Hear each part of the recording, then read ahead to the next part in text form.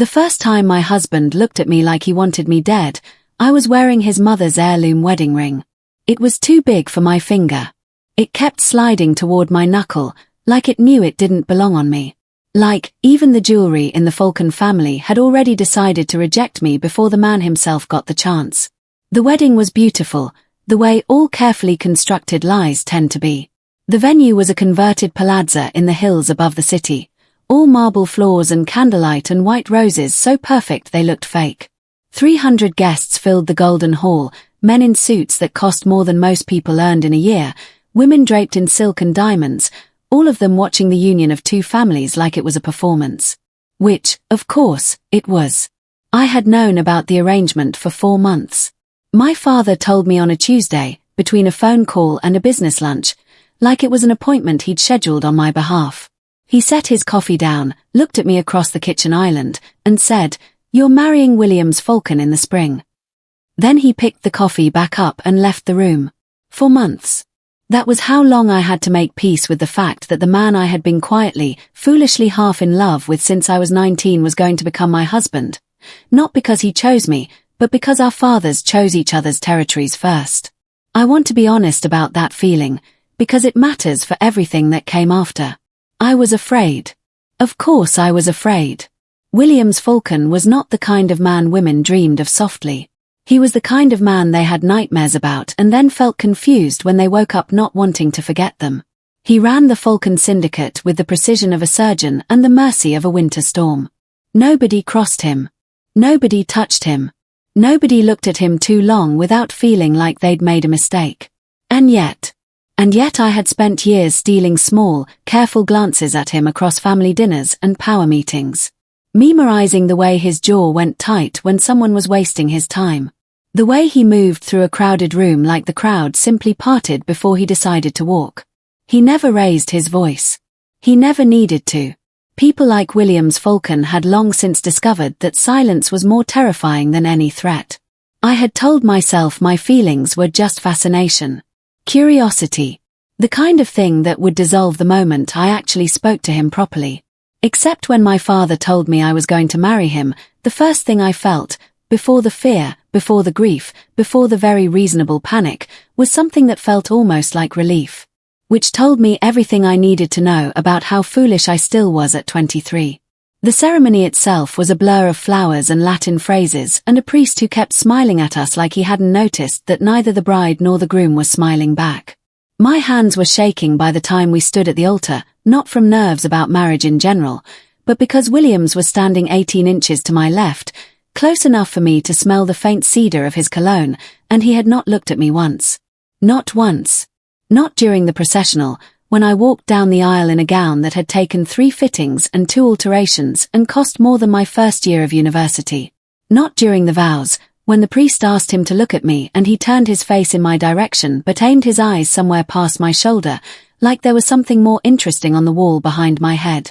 Not when he slid the ring onto my finger, the ring that was too big, the ring that had been his mother's, did he look at my face. He looked at my hand. Like it was a document he was signing. We kissed at the altar the way people shake hands in a boardroom. Brief. Efficient. Forgettable. I had the strange, embarrassing thought that I had imagined this exact moment 100 times over the years, and in every version of it, it had felt like something. This felt like nothing at all. The reception went on for hours, the way events do when they are more about everyone else than about the 2 people supposedly being celebrated. I smiled until my jaw ached. I danced once with my father, once with William's uncle, and not at all with my husband, who spent most of the evening in a corner with 3 men I didn't know, speaking in voices too low to carry. By the time we were driven to the Falcon estate, the house that was now, technically, my home, it was past midnight and the reality of everything had settled on my chest like something heavy and permanent. The estate was enormous. That was the first thing I registered. The sheer scale of it, the iron gates and the long driveway lined with cypress trees, the house itself rising out of the darkness like something carved rather than built. A housekeeper showed me to a bedroom. My bedroom, she clarified, which meant it was not his, and told me that Mr. Falcon would come to say goodnight. I sat on the edge of the bed in my wedding gown and waited. He came 20 minutes later. He knocked twice, which I found oddly formal given that this was now legally his house and I was now legally his wife. He opened the door before I answered, which I found oddly familiar given that he had spent the entire day treating me like a stranger. He was still in his suit, jacket on, tie straight, like it was 3 in the afternoon and not 20 minutes past midnight on our wedding night. He stood in the doorway. He looked at me, really looked at me this time, fully, for the first time all day, and the expression on his face was the most complicated thing I had ever tried to read. There was something in it that was almost pain. Something that looked, very briefly, like hunger. And then, right in front of my eyes, he shut it all down. Smoothed it over. Replaced it with that familiar blankness, that carefully constructed wall. There are things you need to understand, he said, and his voice was low and even, like he had rehearsed this. About how this house works. About how this arrangement works. I waited. My hands were still in my lap. The ring was still slightly too big. Do not wait up for me. My schedule is my own. A pause. Do not enter my study or my bedroom without being called. That space is mine. Another pause. Do not expect me to perform the role of husband in any sense beyond what is legally required. This marriage is a business arrangement. I intend to treat it as one. The silence that followed those words was a specific kind of silence. The kind that fills up all the space in a room and leaves you nowhere to breathe. I looked at him standing in my doorway in his perfect suit with his perfect blankness, and I thought about all those years of careful, stupid glances. All that quiet, private hope I had carried around like something fragile I didn't want to drop. Understood, I said. Because what else was there to say? He nodded once. He turned to leave. And then, right at the threshold, he paused with his back still to me, and said something so quietly I almost missed it. The ring belonged to my mother. It's worth more than sentiment. Be careful with it. Then he was gone. The door closed behind him like a full stop at the end of a sentence. I sat there for a long time after. The house was so quiet I could hear the wind outside, pressing against the tall windows. Somewhere far away, a clock was ticking. The gown was heavy on my lap, heavier than it had been all day, and I realized quite suddenly that I was more alone in that room than I had ever been in my life. Surrounded by luxury, legally bound to a man who had just, in the most civil possible language, told me not to exist too loudly in his orbit. I slid the ring off my finger and held it in my palm. It was beautiful. Old gold with an oval ruby at the center, small diamonds clustered around it like satellites. His mother had worn it. Had she felt this same weight, I wondered, this sense of belonging to a family that didn't quite know what to do with you? I set it carefully on the nightstand. I unzipped my gown alone, because there was no one to help me. I lay down in the center of the enormous bed with its silk sheets and its 4 carved posts, and I stared at the ceiling for a very long time. This, I thought, is what it means to get what you wished for. For the first 3 months, I learned the geography of absence. Williams left before dawn every morning. Sometimes I heard his car in the driveway, a low, powerful rumble that was the only alarm clock I had, and sometimes I didn't hear anything at all, which meant he had left before I was even properly asleep. He returned late, sometimes past midnight, and I knew this only because the house would shift slightly when he was in it. Some atmospheric change I couldn't explain. Like barometric pressure before a storm. We ate dinner together exactly 4 times in 3 months.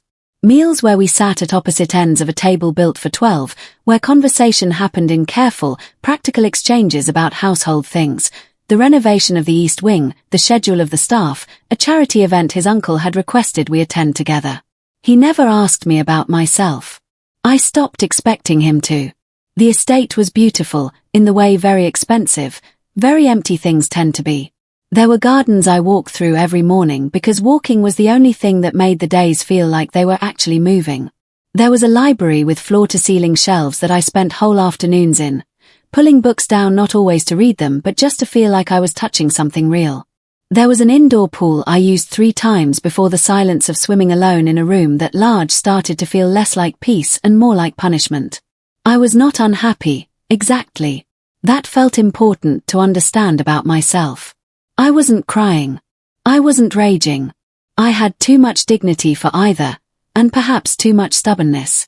What I was The only word I kept coming back to was invisible.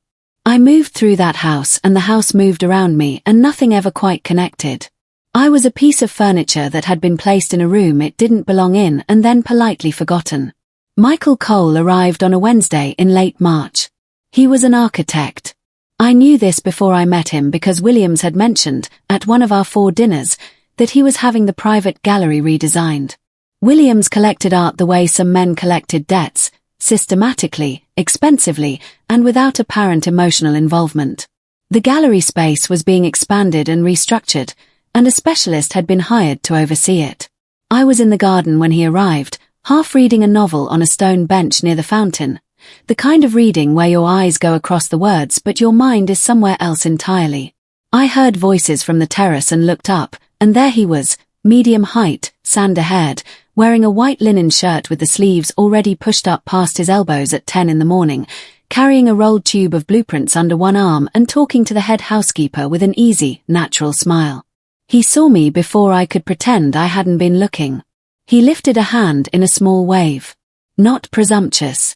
Just friendly, the way people who are comfortable with themselves tend to be friendly, without any calculation in it. I looked back at my book. He introduced himself later that afternoon, when I wandered into the gallery space to see what was being done to it. The old furniture had been moved to the sides, the walls marked with chalk measurements, the light coming through the tall windows in long afternoon slants. He was crouched over a spread of blueprints on the floor, a pencil tucked behind his ear, and he looked up when he heard me and stood without any awkwardness, like he'd been expecting me. "You must be Mrs. Falcon," he said, extending his hand. "Michael Cole. I'm sorry about the mess, it'll get worse before it gets better." "Most things do," I said, which was meant to be light but came out with an edge I hadn't planned. He smiled like he'd heard the edge and didn't mind it. He showed me the plans. Not because I asked, but because he seemed to assume I would find them interesting, which was such a small thing and yet felt, in the context of those 3 months, like someone suddenly turning a light on in a dark room. He explained what he was preserving, the original cornicing, the original proportions, and what he was changing, and why. He spoke to me like I had opinions worth hearing. Like I was a person in the room rather than furniture. I stayed longer than I meant to. I asked questions I was genuinely curious about. When I finally left, I realized my shoulders had come down from around my ears, which was something I hadn't even noticed happening in reverse. That night, lying in my enormous bed listening to the house settle around me, I thought, this is what it feels like to have a conversation. I had nearly forgotten. I didn't know Williams was watching until much later. By the time I found out, it had already started to change things. What I knew during those weeks of early spring was only what I could observe from my own position, that the gallery was slowly becoming something beautiful, that Michael worked with a kind of focused ease I found genuinely admirable, and that the afternoons I spent in that space had started to feel like the only hours in the day that moved at a normal speed. He was not flirtatious. I want to be careful to say this clearly, because context matters. He did not make me feel like he was interested in me as a woman. He made me feel like he was interested in me as a person, which sounds like a small distinction but wasn't, not after 3 months of being the most beautifully ignored woman in Italy. He asked about my taste in art, and when I told him I had always loved Baroque but found most people thought that was too dramatic, he laughed and said most of the best things are too dramatic and that's the whole point. He noticed that I always sat near the windows and started positioning his work table there. Small things. Considered things. The kind of attention that settles quietly into the skin before you realize it's there. Meanwhile, Williams became subtly more present without becoming actually present. I noticed this vaguely at first, a feeling more than an observation, that he was home slightly more often than before. That dinner happened 5 times in the 4th month instead of the usual near 0. At those dinners, the conversation was the same surface-level practical navigation it always was, but there was something different underneath it. He watched me more. Or rather, he stopped not watching me, which was different from actually watching in ways I couldn't quite articulate. Once, during a dinner in the 4th month, I mentioned something Michael had told me about the original architect of the estate, some historical detail about the cornicing in the East Wing, and Williams went very still in a way that had nothing to do with boredom. His fork rested against his plate. His eyes stayed on my face for a long moment. "Cole talks to you," he said. "Not a question." "He's working in my home," I said. "It would be strange if he didn't." Nothing more was said about it. But the quality of his stillness for the rest of that dinner had a texture I had not encountered before in him. Something tightly held. Something that wanted very much to move and was being prevented. I thought about it later in the dark of my room and I couldn't name it. It would be a while yet before I understood what Williams Falcon looked like when he was fighting himself. The afternoon everything started completely ordinarily. Michael was inspecting new scaffolding that had been erected along the gallery's upper wall to allow work on the ceiling panels. I had come in to return a book I'd borrowed from the estate library, a large illustrated volume on Baroque ceiling art that Michael had mentioned wanting to reference, and I was crossing the gallery floor toward his work table when I passed under the scaffolding. I'm not entirely sure what happened. My heel caught on a plastic sheet that covered the floor, or perhaps I stepped wrong, or perhaps the universe simply decided it had a scene it wanted to run. What I know is that my weight went suddenly sideways and there was a half-second of genuine free fall, that horrible, lurching sensation of the ground disappearing, before two hands caught me. Michael's hands. One at my waist, one at my elbow, steadying me before I could hit the floor. "Whoa, got you." His voice was calm, unhurried. He held me upright while I found my footing, and then he kept hold of me for just a moment longer, a half-second, maybe less, his palm still warm against my hip, his face close enough that I could see the slight furrow between his brows as he checked that I was steady. "I'm fine," I said. My voice came out steadier than I felt. "Thank you."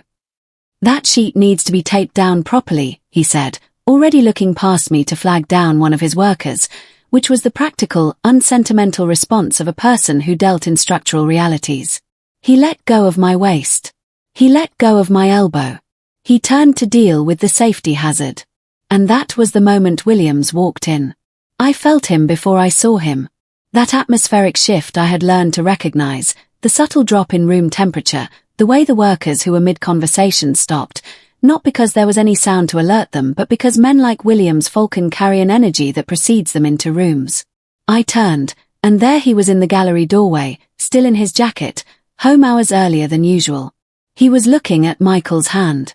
Michael's hand, which had just released my waist. Michael's hand, which was now entirely back on Michael's person and not touching me at all.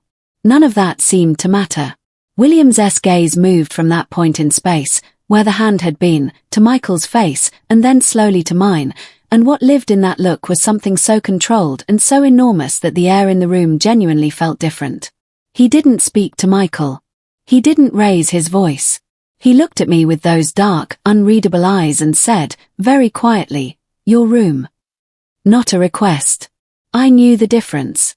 I set the book down on the nearest surface and I walked past him out of the gallery, feeling his gaze on my back like a hand between my shoulder blades. Behind me, the silence he left in that room was so complete you could have heard a brush falling. Up in my room, I sat on the window seat and watched the gardens and tried to understand the feeling that was moving through me. I was not afraid, exactly. I was something more complicated than afraid.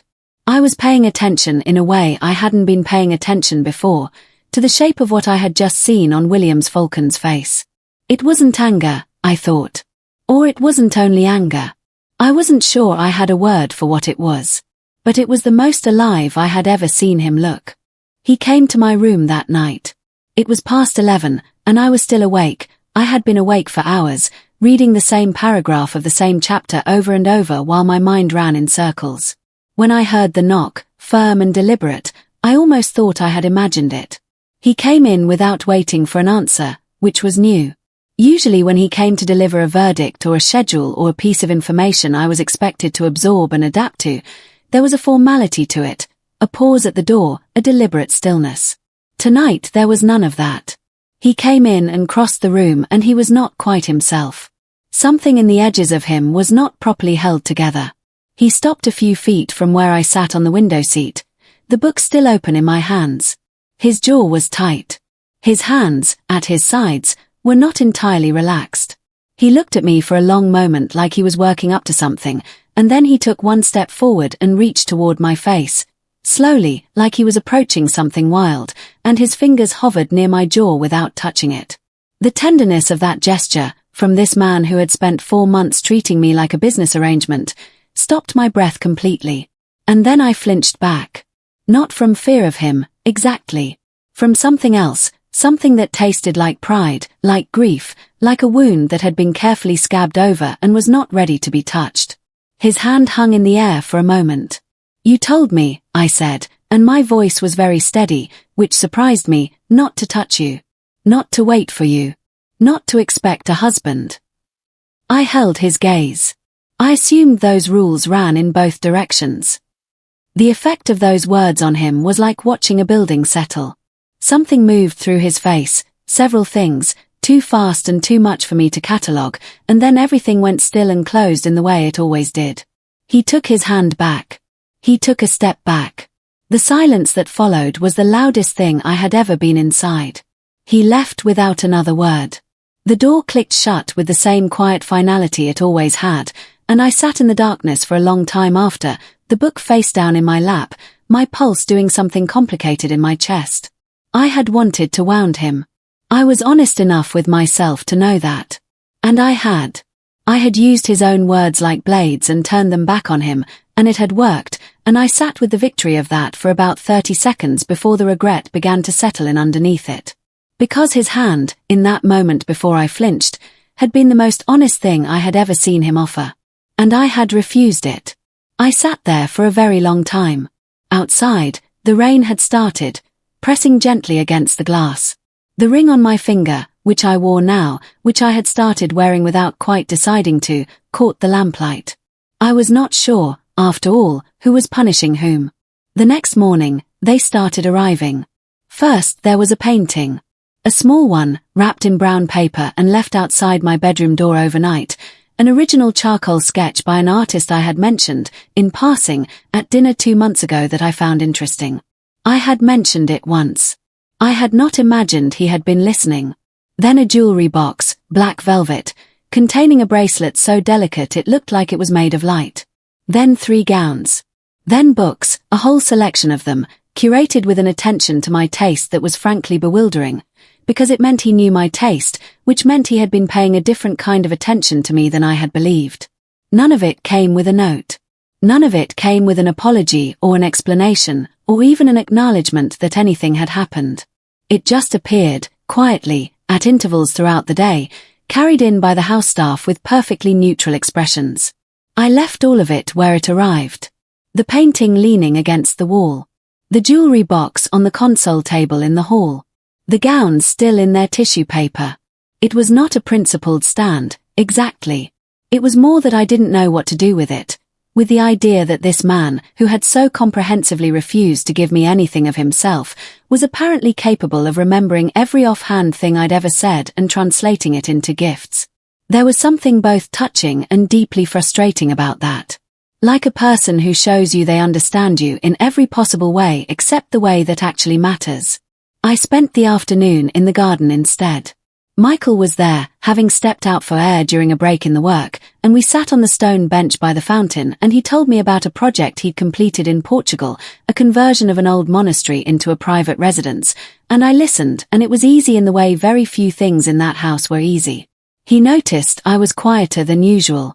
He didn't press me on it, which I appreciated, but toward the end of the afternoon he said, carefully, "He's not an easy man to be married to, I imagine." It was a strange thing for him to say, a little presumptuous, a little too pointed, and I noticed a slight discomfort at the edges of it that I couldn't quite locate the source of. I said something neutral, something about all arrangements taking adjustment, and changed the subject, and the moment passed. Later, I would think about that moment a great deal. I found him in his study at 10 o'clock at night. I had been in the library for 2 hours, pretending to read, building up the courage for something I didn't have a name for yet. It wasn't until I put the book down and walked down the corridor and raised my hand to knock on his study door that I understood what it was. I was tired. Not angry, not wounded. Just tired of living in the same house as someone and knowing nothing true about them.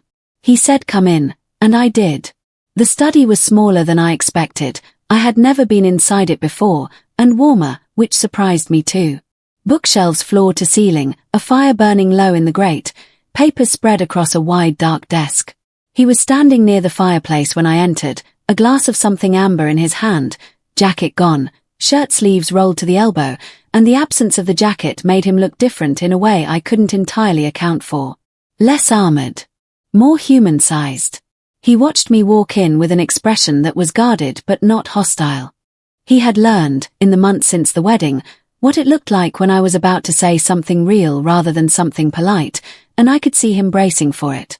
"Why did you marry me?" I said, "if you were never going to let me be here?"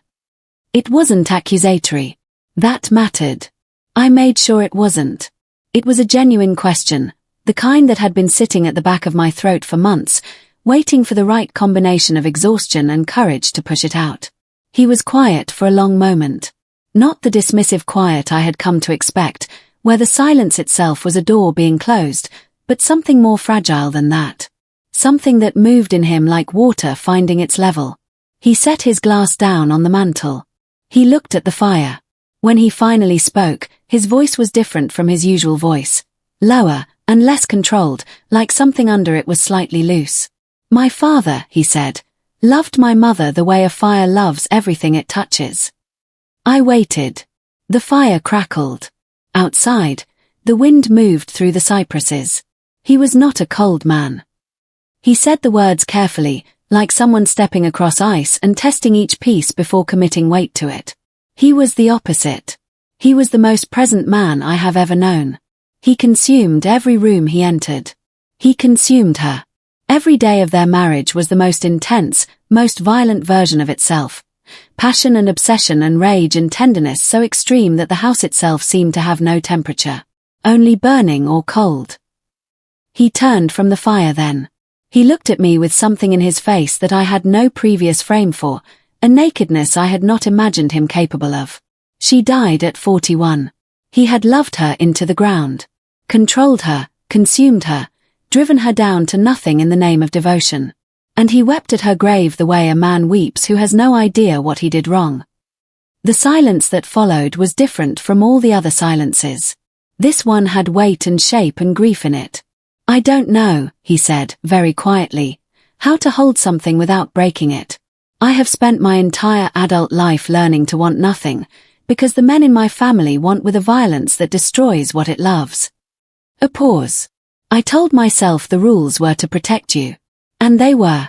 But they were also to protect you from the possibility that I am exactly what my father was, underneath all this distance. Something in my chest cracked open. Not dramatically, just quietly, like a window coming unlatched. I crossed the room. Not in a rush, not dramatically, just walked toward him with the same deliberateness he always brought to everything, and I stopped in front of him, close enough to see the slight unsteadiness in him, the barely there tremble of a man holding himself together through sheer habit. "You are not him," I said. His jaw worked. His eyes searched my face for something.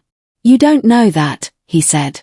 "I know," I said slowly, "that a man who was genuinely dangerous to me would not have spent 4 months sleeping in a separate wing because he was afraid of what he might become.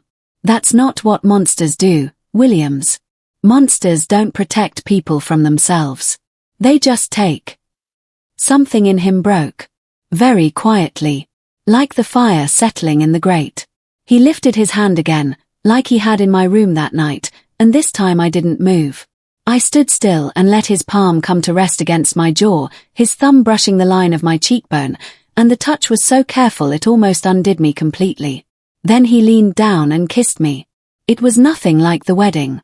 There was nothing efficient or perfunctory or boardroom handshake about it. It was slow, achingly slow at first, like he was giving me every chance to stop it, and then, when I didn't stop it, it became something else entirely. Deep and deliberate and long. The kind of kiss that doesn't ask permission so much as make a confession.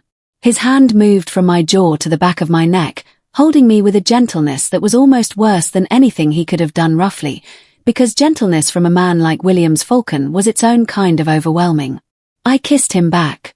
I had wanted this for a very long time, and now that it was here it felt bigger and more complicated and more real than the wanting had ever prepared me for. He pulled back slowly, his forehead dropping toward mine, and he was breathing differently, harder, less controlled, and he said, his voice rough at the edges, "I'm sorry.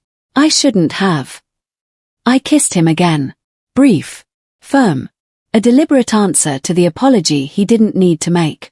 When I pulled back this time, I kept my hand against his chest, feeling his heartbeat, faster than I expected, harder, proof of him.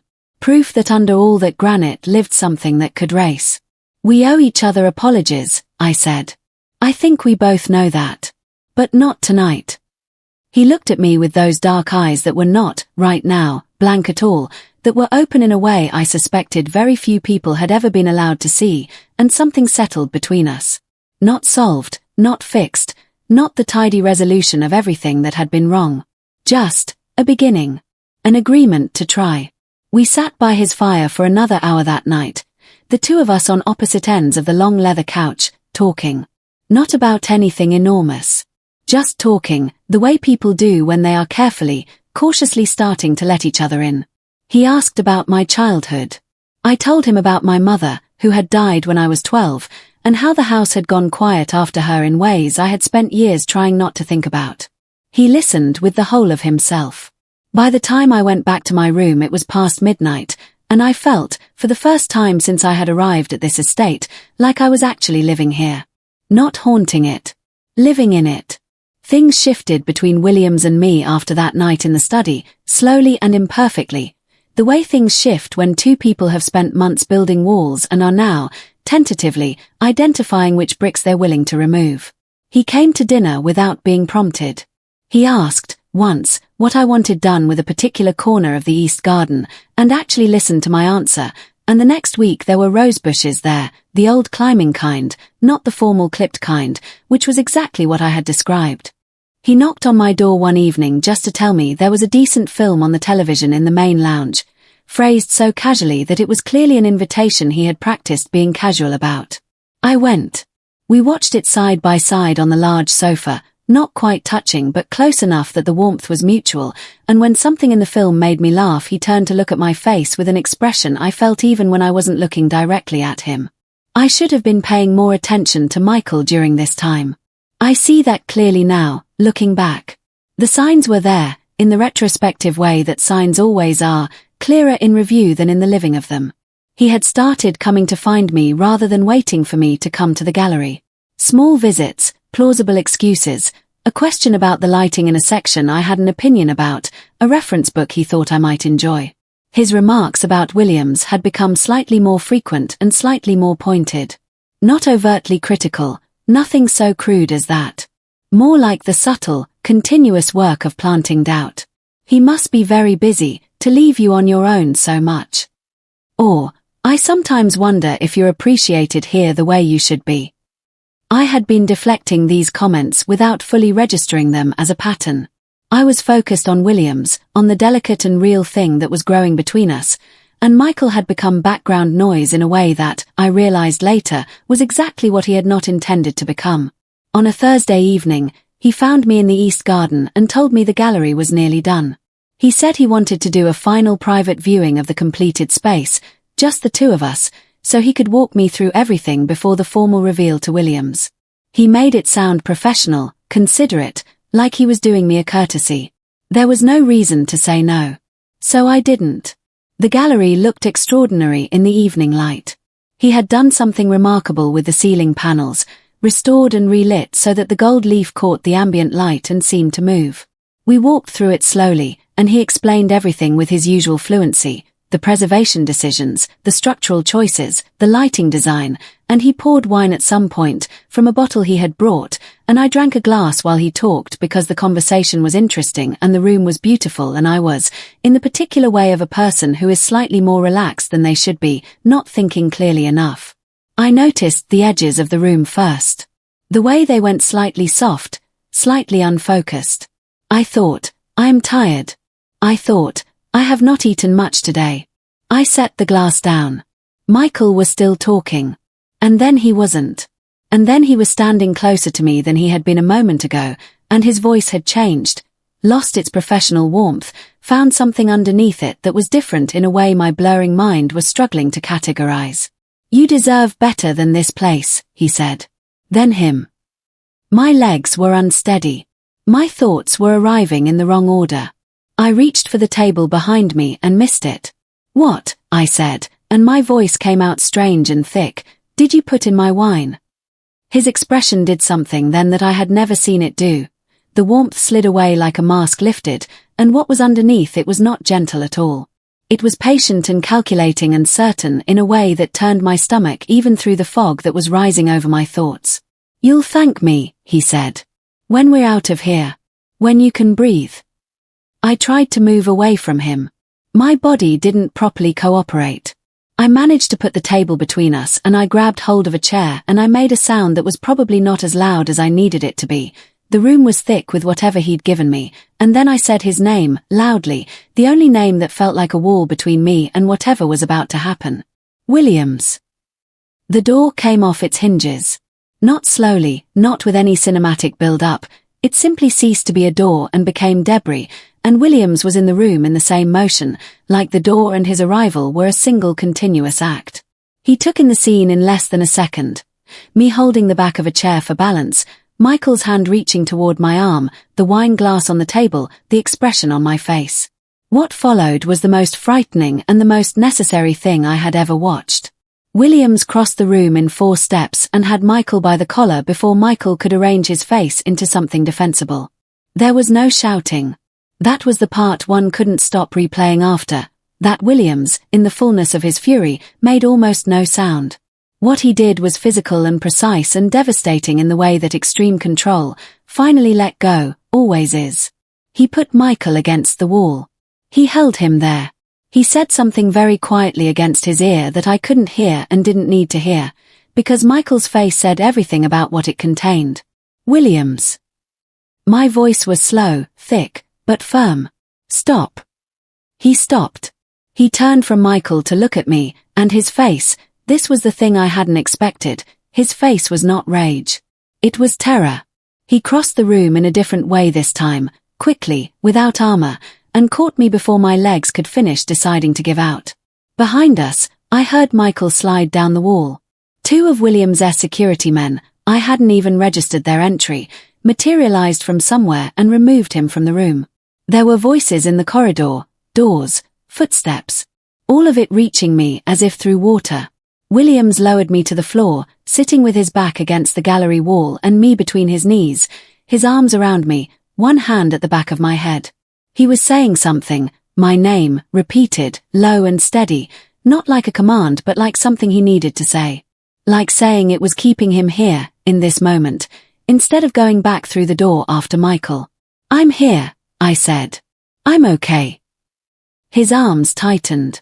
Not crushingly, with that same terrible gentleness he had shown that night in the study, the kind that understood its own strength and chose to be careful with it. We stayed like that for a while, both of us breathing, the gallery quiet around us with its beautiful restored ceiling and its ruined door. Eventually, he carried me to my room, and I let him, because the sedative was still pulling at the edges of my body and because being carried by Williams Falcon was not a thing I had energy to pretend I needed to resist. He set me down on the bed with the same precision he brought to everything, removed my shoes, pulled the blanket over me, and sat on the edge of the mattress in a way that said clearly he was not going anywhere. I slept, at intervals, and every time I surfaced he was still there. Not talking. Not demanding anything from me. Just there, a steady weight at the edge of the bed, like a door that had decided to stay. When the fog had cleared enough for me to truly come back to myself, it was past 3 in the morning. The room was lit only by the lamp on the far table, low and amber. Williams was sitting in the chair he'd pulled close to the bed, jacket finally gone, tie gone, the first 2 buttons of his shirt undone, and he was watching me with an expression that had entirely abandoned its usual discipline. "He's been dealt with," he said, before I could ask. "Good," I said. A pause. The lamplight. The quiet. "I tracked his movements for 3 weeks before tonight," Williams said. "I knew something wasn't right about him. I should have moved sooner." A beat. I was trying not to be the man who locks his wife away from the world because he's afraid of other men being near her. I was trying to get the balance right. Another pause, rougher. "I got it wrong." "You got there in time," I said. "That's not the same as getting it right." I looked at him across the small space between us. This man who had spent months behind his wall, who had torn a door off its hinges and held me on a gallery floor and sat in a chair for hours to watch over my sleep. This man who was afraid of being his father and had, in fact, done the thing his father never could. He had let go. "Come here," I said. He moved to the bed. He sat beside me against the headboard, and I turned toward him in the lamplight, and everything between us was quiet and honest and real in the way that things only are after they've been through something true.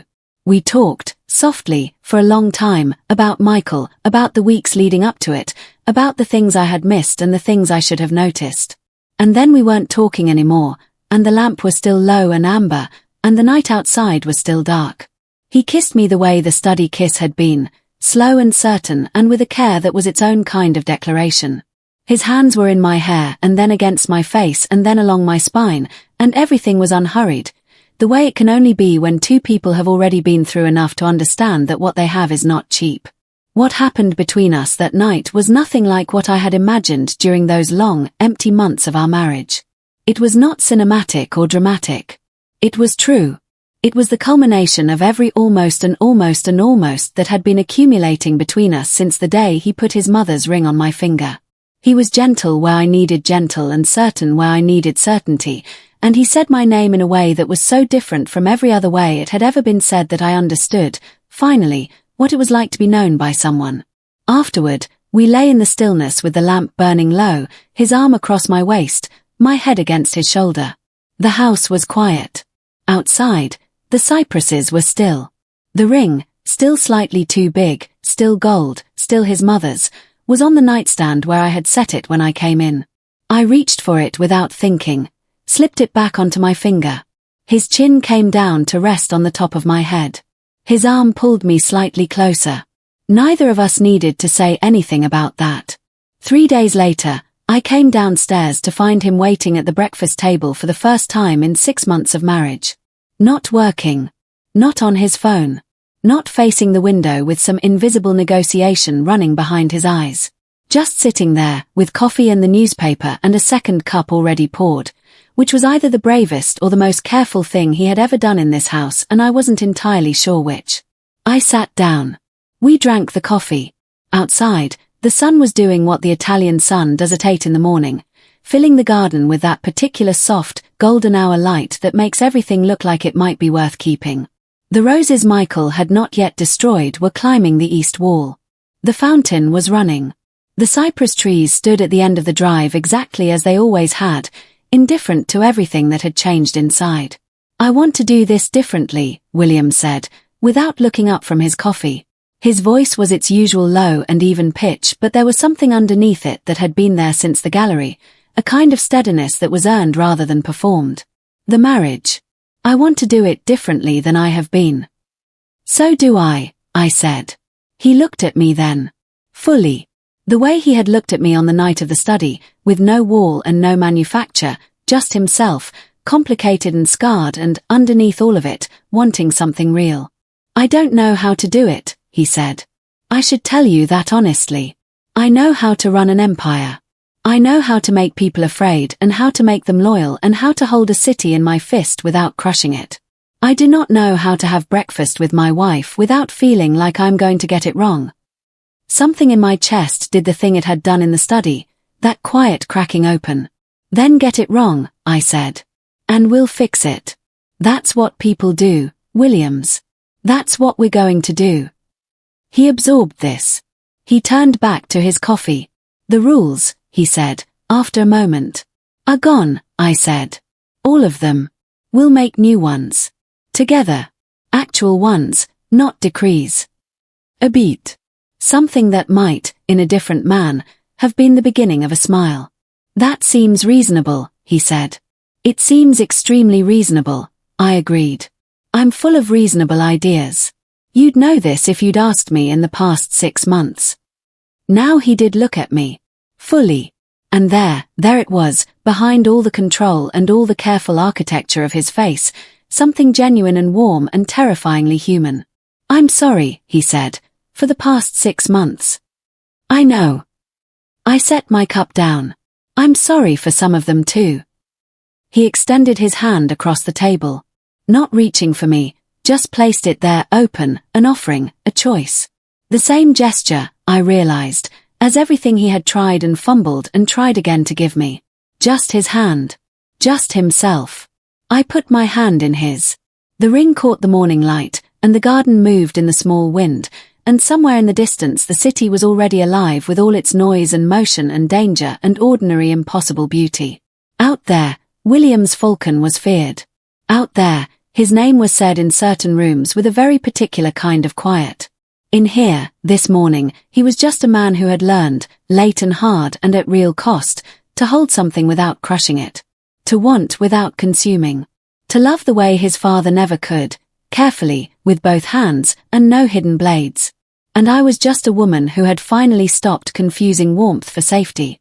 Who had found out, the worst possible way, that sometimes the person who refuses to touch you is the only one who has truly considered what that means. We finished the coffee. We stayed at the table. Outside, the morning kept going, indifferent and golden, the way mornings do, regardless of all the extraordinary ordinary things that happen inside them. I was still wearing his mother's ring. It fit perfectly now. I had never taken it to be resized. I hadn't needed to. Somehow, at some point during all of it, all the empty dinners and terrible silences and slow, stumbling revelations, it had stopped sliding toward my knuckle. Some things, it turns out, take exactly as long as they need to. And some things are worth every minute of the wait.